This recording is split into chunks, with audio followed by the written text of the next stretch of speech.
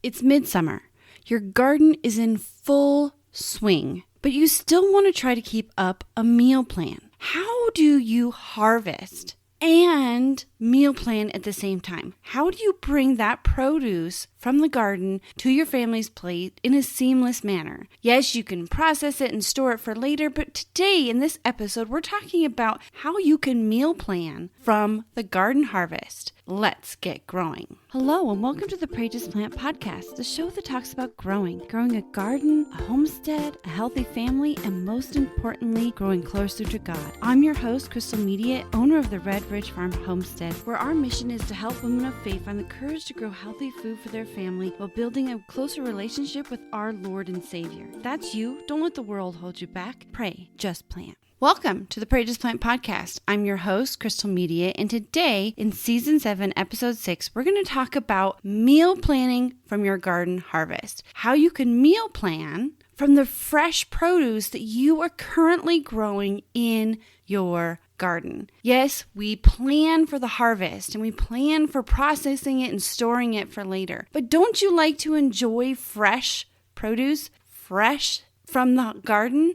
But how do you put that into a meal plan? How do you make sure that the things that are fresh and ready to eat in your garden aren't going to waste? Yes, there is the abundance that we can put away in our larder, but how do we get it on our family's plate night after night in the middle of summer? That's what we're going to be talking about today. So before we get into details of how we can do that, first we need to understand why it's a struggle. At least myself, when I make a garden plan, I plan for the harvest and I plan for beyond the harvest. How am I going to utilize those peas in the middle of winter? How am I going to utilize those cucumbers, that zucchini, those tomatoes in the middle of winter? But what happens in the summer when there's still fresh produce to be eaten and we're busy and we're trying to grow the garden in the first place and we're trying to grow so many different things on our growing journey that it becomes hard to even eat the fresh produce that we are growing? I know personally that I grow a few things that aren't intended for the larder. They're intended to be fresh eaten, like cherry tomatoes or lettuces or spinach. I love a spinach salad in the middle of summer, or a lettuce salad, or fresh cucumbers or fresh zucchini stir fry. All of those things can be utilized in the summer in the midst of growing. And the struggle is that we are so focused on the big goal. We're so focused on putting that into our larder, we forget about the everyday eating. And we forget to include our garden harvest on our meal plan, on our day-to-day meal plan in the summer. I know I have been guilty of this, and maybe you have too. So the struggle is that we are so busy in our everyday lives and with the growing season. I know right now I have a to-do list that is longer than my arms and my legs, just so that I can grow enough to put in the larder. And a meal plan helps me with that. It helps me figure out what we're going to be eating every day so that I can take that 5 minutes every morning and get the food out that we need to eat out of the freezer or out of the larder and figure those things out. But we also need to eat fresh. And I think one of the struggles that we have is we really don't know what's ready in the garden every day. If you have a plan for beyond the harvest, you know when you're supposed to be harvesting. But have you ever thought about that harvest translating to your plate right now? Probably not. So when we know when to harvest, we do two things. We can make a plan for processing and putting it away in the larder, but we can also make a plan to put that produce on our family's plates fresh. There's so many more benefits to eating fresh produce, especially when you're growing it your own. You're getting more nutrients and more vitamins and just more. So how do you know when to harvest? Well, in my Planning Beyond the Harvest guide, I walk you through the steps of figuring out how to make a harvest plan, how to count the days and figure out an estimated time close to harvest. When you do that in your garden planning or in your planner, I also have a several planners that help you do this as well. The Planning Beyond the Harvest Planner and the Harvest Planner. So the Harvest Planner is helping you figure out what you're going to be harvesting. It's more of your garden calendar. What you're putting in, what you're going to be harvesting. Where you're planning beyond the harvest is your meal plan. And when you bring those two planners together, you can know when you're going to harvest and also know what you can be putting in your meal plan. I personally like to sit down on Sunday afternoons and figure out what we're going to eat for the week. I have a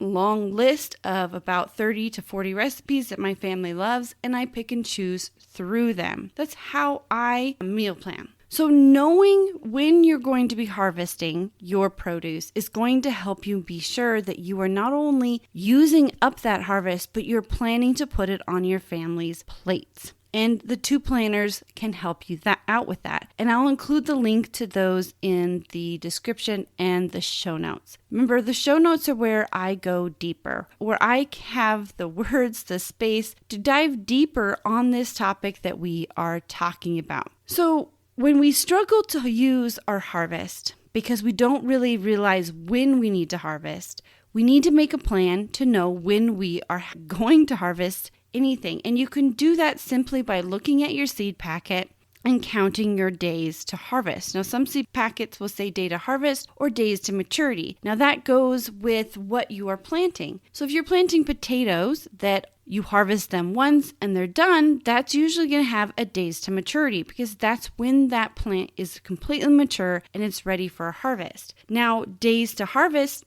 for peas are going to be when the first flowers form and the first fruit or the first pea pods form and you can eat them. Is that all they're going to produce? No, they're going to produce more flowers for a length of time. And at the end of that time would be when that plant is completely mature and it's ready to drop its seed and be done because it's done its job. It's made the new generation. So knowing when to harvest can be very simple. You just count those days on your seed packet from the day that you planted. There's also going to be some days of germination that you're going to have to add. Bringing those together is going to give you an estimated time for harvest. And when you keep track of that, you're going to be able to utilize your harvest not only for processing, but for everyday use. And we're going to get back into a little bit more about meal planning and the basic structure of a meal plan in just a minute. But right now it is time for the tips and tricks where I share a few bonus tips and tricks I use here at Red Ridge Farm Homestead.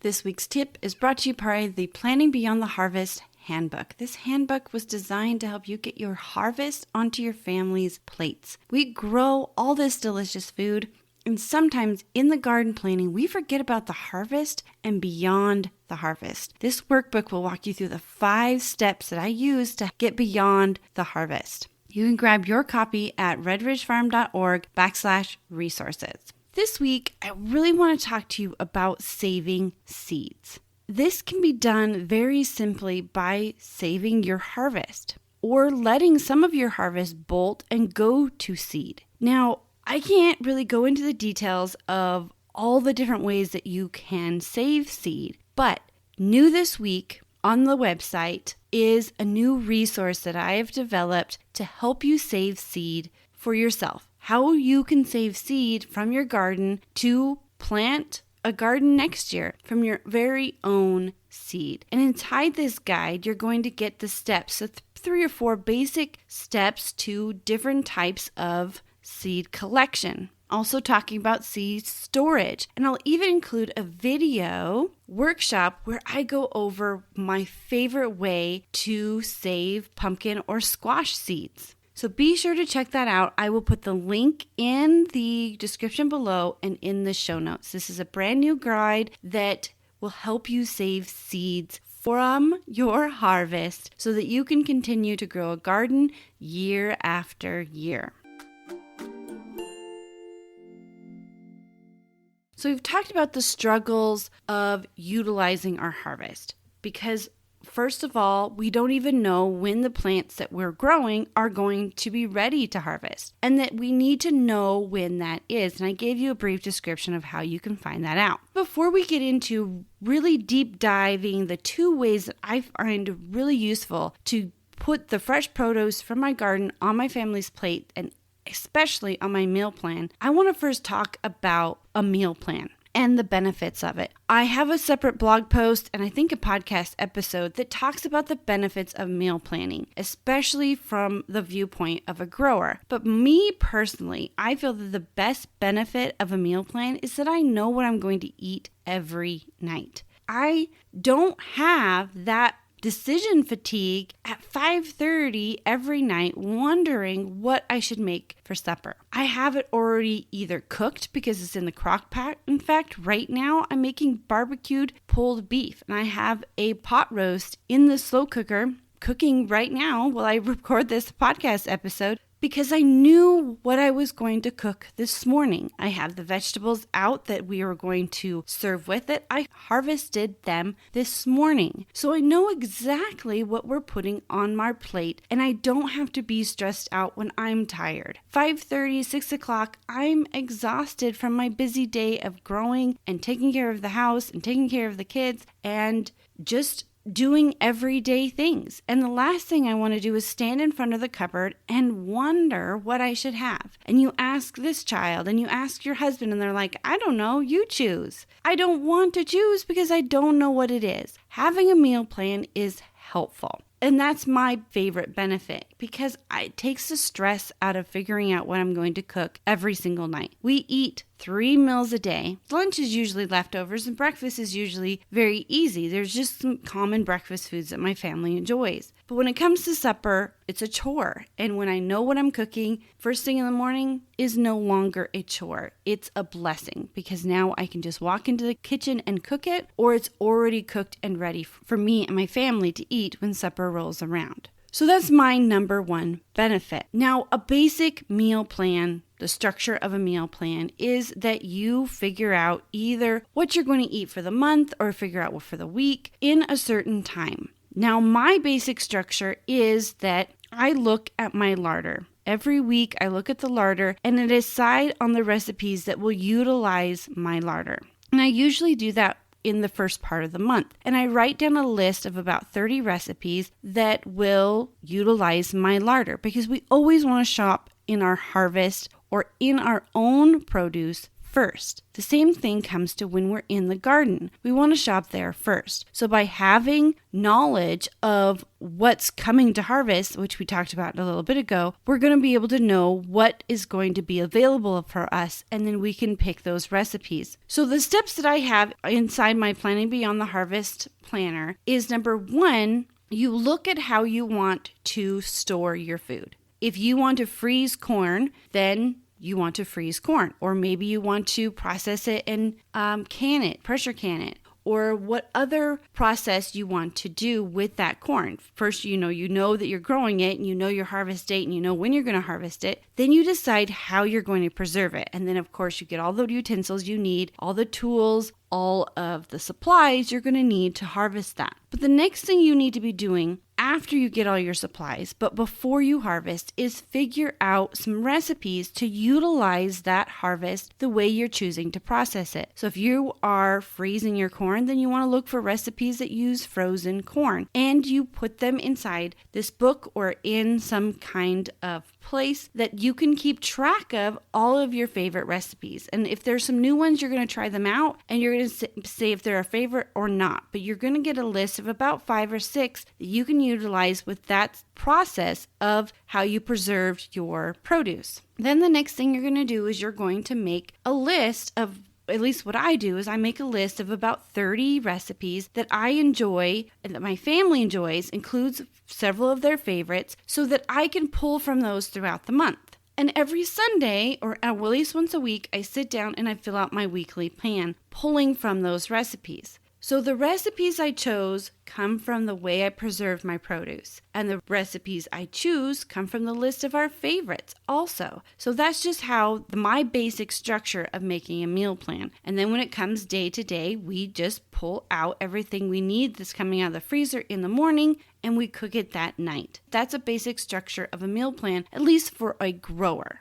And I go into more in depth in several different blog posts and podcast episodes that talk about that. And in fact, I even have a series called Planning Beyond the Harvest and there's with peas, with snow peas, with carrots, with potatoes, with tomatoes. I think there's 3 different tomatoes, 2 different ones where you are eating fresh or you're preserving. And it walks you through those basic steps of how you decide how you're going to preserve your produce. You find the recipes. I provided several recipes for you. I even talk about what you do next in that process of making a meal plan. So we've kind of got a basics of what a meal plan is and a basic structure. Now we're going to talk about how you can use that structure in a way to pull from your garden, straight from the garden to your plate in just a minute. But now it is time for the Growing with God segment of this episode where you and I dive into the Bible and learn more about our Lord and Savior. Today I'm reading Psalms 18:2. If you'd like to read along with me, I'm reading out of the NIV translation.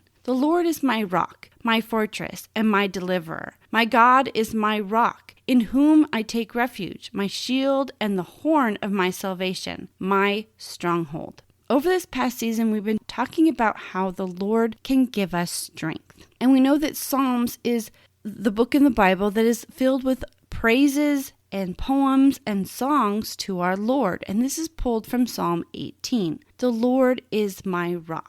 Have you ever felt like something in your life was just a safe place to go? You just knew, like sometimes it's your husband's embrace, or it's when you were younger, it's your father's or mother's embrace, or some place that you can go. Maybe it's home. Maybe it's a special room in your home. Maybe it's out in the garden that you just feel safe. You also feel strength, and then you feel that nothing can touch you. You're in this safe place. With God as that safe place, you have someone and something that can travel with you everywhere you go that is safe. Because the Lord is your rock. He is your fortress and He delivers you. So I want you to think about this week how you can take the Lord along with you on your growing journey and how He can help you feel safe. And I want you to not only think about how He can make you feel safe, but also how He can give you strength to get through sometimes when you don't feel safe, or you feel tired from the day, or you feel exhausted, or you just feel worried about the economy and all the things that are going on right now, or even worried about things on your growing journey. So I want you to remember this verse this week. I'm going to read it again and want you to think about how you can find either a place or a phrase that you maybe even this phrase, you can repeat it to yourself when you're feeling worried and stressed. And it can remind you that you are not alone on this growing journey and that God Himself wants to give you His strength. For He is your rock and your fortress everywhere and anywhere you are. So I'm going to read it again, and I want you to remember it through this week. Psalm 18:2. The Lord is my rock, my fortress and my deliverer. My God is my rock, in whom I take refuge, my shield and the horn of my salvation, my stronghold. So we've talked about the struggles of utilizing our harvest straight from the garden and how we struggle with putting that fresh produce on our family's plates week after week, even through the growing season. We've had several episodes where we talked about beyond the harvest. But how do we get that delicious harvest out of our garden and straight onto our plates in the middle of the growing season? So that's what we're talking about right now. We've talked about several other struggles and the benefits of meal planning, but right now we're going to get down to the nitty-gritty of how do we do this. One way that I do this is I utilize my harvest from the garden as side dishes. It's easy to be able to walk through the garden and you are thinking about what you're making that night because you already have a meal plan. You already know it's probably already defrosting, and you're walking through the garden, you had something to do that day, and you're thinking about what you're eating that night. And you can walk through the garden and decide right then and there what you can do as a side dish. You already have the main course figured out. There's no other planning that you need but to write the main course down. And then you utilize your garden harvest, your fresh produce, as side dishes to support that main dish. So an example would be, tonight I am planning, like I told you, some barbecued pulled beef. And I have some buns already figured out. I have some corn pulled out of the freezer. But what other vegetable could I add? Well, I know that I have some fresh lettuce out in the garden. I know the peas are starting to bloom. Maybe I can check and see if they're ready. So I can go out and either one of those will work. Now I can go out to the garden and check and see if they're there. If they're there, I can harvest them. And if they're not, then I can write down, they'll probably be ready in a couple days. Because another thing this is going to do is help you check your harvest more often. One of the biggest things we need to do as growers is to check our produce. Not always worry about weeds and watering, but we need to check on things. We need to observe when things are getting close to harvest. And we can look for flowers if we're looking out at peas, and we can look for the broccoli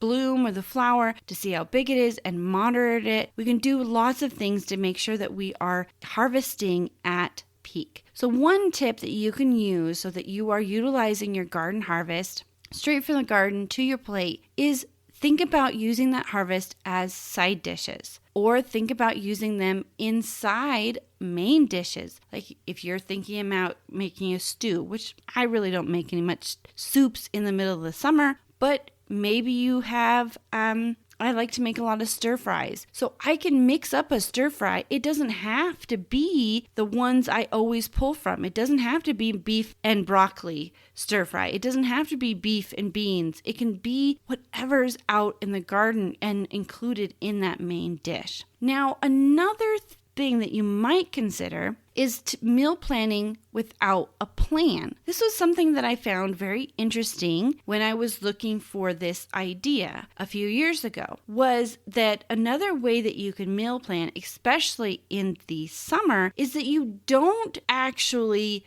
write down your main dish. You just write down how you're going to cook something. So for example, Tuesdays you're cooking soup. Fridays, you're cooking something on the grill, or you can even do it as in Tuesday, you're going to do a Mexican meal. I do this a lot in my meal planning. Saturday is going to be Italian. When you do that, then you can make sure that you're having the staple things there. Like if you know you're going to be cooking Italian, you need noodles, right? So you can always have noodles in your cupboard or in your pantry. But what about if you're walking through the garden and you see some fresh spinach and you know that night you're having Italian? So then you can be thinking about, and you can be looking at your menu or your meal list and think about spinach Alfredo. And you already have an idea of what you're going to cook. And all you need to do is harvest. So you're kind of meal planning, but you're not being specific about exactly what produce you are going to be using or exactly what things you're going to be using. I found this a little bit hard when it came to planning ahead, like a larder and stocking things up, but it's great in the summer because number one, we're so busy in the summer, we can easily schedule things that are quicker, like taco night or Mexican night, and we have the basic things, right? We have the meat, we have the tortillas, we have the cheese, we have the sour cream, we have the guacamole all purchased. But then how do we cook it? Are we going to do fajitas where we have some onions and some peppers from the garden? Or are we going to do just basic tacos and we have lettuce and tomatoes? Or are we going to do burritos because we have some more different things coming from the garden? So that's going to give you a little bit of a structure, but it's not a specific structure as in what you're going to be. You don't write down exactly what you're going to be cooking. You write down either a style that you're going to be using or a main type of food like soup or salad or pasta, or you write down how you're going to cook it. So if you know that Wednesdays you're really busy with lots of different things and you want to do a slow cooker meal, then that's what you write down. Wednesdays is your slow cooker meal. So that morning you look through the garden, you see what's ready, then you go to your freezers and you pull out the meat and you match it. Okay, I have zucchini ready or I have tomatoes ready. I'm going to make Salisbury steak. Now, you can make Salisbury steak either with mushrooms or you can make them with tomatoes. If you got fresh tomatoes, you can make it that way, but you could still cook it in the slow cooker. So this is another way that you can plan and make a meal plan, a loose meal plan, I would say, but you're still utilizing that harvest. It's called like meal planning without a plan. And I think it just means like a specific plan, because you are making a little bit of a plan, but you're still winging it. You're still bringing things from the garden and utilizing that first, because that's what we are doing as growers, right? We're growing our food to feed our families and to put that delicious food on our families' plates. So we need to figure out some kind of system that allows that to happen, because the last thing we want is our food that we work really hard to grow to go to waste, to go to the chickens. We grow food to eat it, and we grow food so that we can provide healthier food for our family. And the last thing we want to do is let it just sit out there on the plant and never get utilized. So be thinking about how you can include your garden harvest on your meal plan. So let's do a really quick recap. The struggle of doing this is that we sometimes are too rigid, or sometimes we just don't know what's available to be harvested. So we need to know when things are going to be ready, and we can do that by counting the days from when the plant germinates to its harvest date, or how many harvest days on the back of the seed packet. And then we want to utilize a basic structure. A meal plan can be very simple. I personally, years ago, I had 30 recipes, and I still kind of do it this way too. I had 30 recipes and I cooked them over and over for a year, and my family loved it, because they had a month between their favorite recipe, and it still was something brand new, something delicious. But I had peace of mind that I had those same recipes. I bought the same things at the grocery store, and I did this so that I could figure out if we could grow our own food. Because one of the traps of growing our own food and also going to the grocery store is the grocery store provides so much variety. But when it comes down to nutrition, a lot of that variety is lacking because a lot of it is out of season. So I wanted to be able to cook in season, and sometimes that means repeating recipes. So meal plan can be very simple. It doesn't have to be stressful. And one idea to help utilize your garden harvest is to use your garden harvest as side dishes. Walk through your garden every morning, be thinking about what you have on your meal plan, and utilize your garden harvest as side dishes. The next thing is to meal plan without a plan. I'm kind of doing the little parentheses as I talk with my fingers. Kind of, you have a plan, but it's not a detailed plan. You just have a structure. So I want to thank you for joining me today in this episode of the Pray Just Plant podcast. If this is your first time, I want to welcome you to Red Ridge Farm Fellowship of Fellow Growers. And if you want any resources to help you grow, be sure to check out my website. I'll include all the links you need in the description below and even more in the show notes. So be sure to check both of those out. Again, I want to thank you for listening. And as always, don't let the world hold you back. Pray, just plant.